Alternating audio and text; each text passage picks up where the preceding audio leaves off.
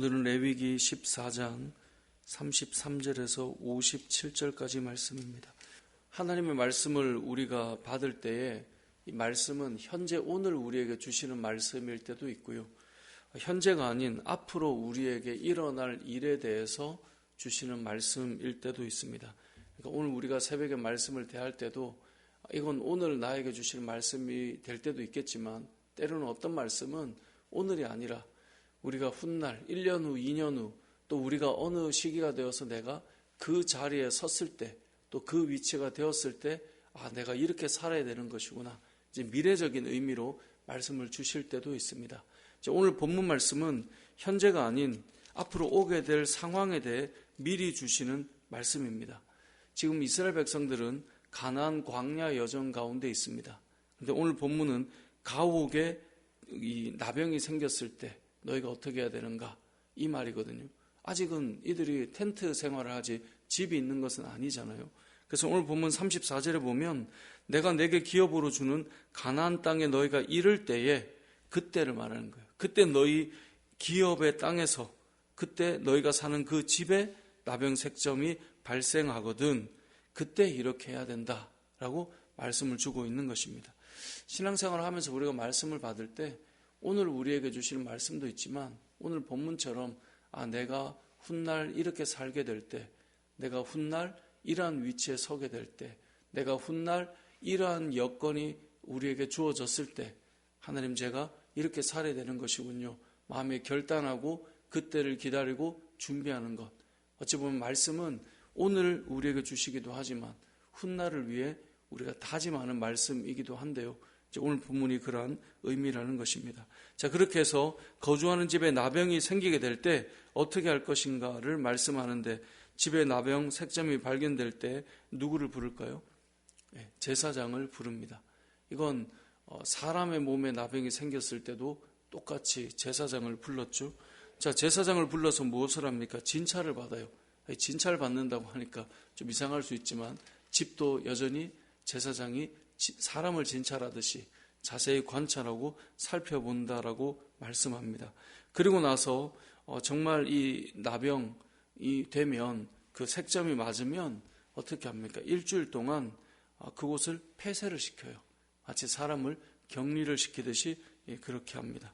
그 이후의 말씀들을 잘 읽어보면 사람에게 나병이 걸렸을 때나 집에 나병의 색점이 생겼을 때나 하는 방식이 똑같습니다. 격리를 했다가 그대로 있으면 그걸 다 긁어내고 또 일주일간 기다려보고 이런 식으로 진행하거든요. 그리고 나중에 다 낫게 되면 마치 사람이 정결 규례를 행하여서 새 2마리를 잡고 정결 예식을 행하듯이 오늘 본문 48절 말씀에도 48절이 맞나요? 48절 이후에 보면 이제 정하다라고 하면 똑같이 정결 규례를 행해요. 그러니까 집이나 사람이나 똑같이 행하고 있다라는 것을 말씀해요. 이것은 우리가 거룩하고 정해야 되는 것처럼 우리가 살아가는 집도 정해야 된다라는 것을 말씀하고 있는데 이게 잘 보면 11장은 음식에 대한 규례였거든요. 그리고 13장은 의복에 대한 부분이에요. 그리고 오늘 14장은 집에 대한 부분이에요. 그러니까 우리가 흔히 의식주라는 말을 쓰지 않습니까? 사람이 살아가는데 가장 기본이 되는 의식주가 정해야 된다라고 말씀하는 것이고 오늘 이 14장은 그 중에 하나인 우리가 거주하는 부분을 말하는 것입니다. 그러니까 우리가 거룩한 삶을 살아야 된다라고 할 때 레위기 말씀을 보면 너의 먹는 부분이 정해야 되고요. 너의 입고 살아가는 의복이 정해야 되고 너희가 사는 그 거처가 되는 집도 거룩해야 된다, 정해야 된다는 거예요. 그러니까 우리의 삶에 이 밀접한 부분인 의식주의 이 영역조차도 거룩해져야 되는 것이 진정한 거룩이다라는 것을 말씀하고 있습니다. 하나님께서는 믿는 자들이 거룩한 삶을 살아야 된다라고 말합니다. 여러분의 삶은 거룩해야 돼요. 그렇다면 여러분의 삶에 밀접하게 붙어있는 삶의 가장 기본이 되는 그 영역부터 우리가 거룩하게 바꾸어 나가야 된다라는 것을 우리에게 알려주고 있는 것입니다. 또 한 가지 우리가 기억해야 될 내용은 나병이 생기게 되면 제일 먼저 그 부분에 돌을 빼내요.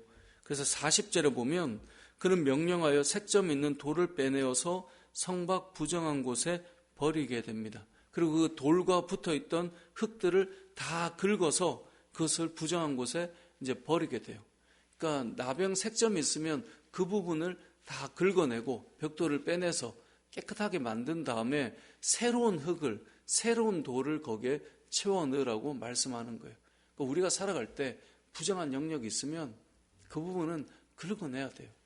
거룩한 삶을 살기 위해서는 오늘 하루 저와 여러분의 삶 속에 부정한 영역이 있으면요, 우리 안에 죄의 영역이 있으면 그 부분을 도려내야 돼요. 그것을 안고 살아가면서 거룩하게 살아갈 수가 없는 거예요.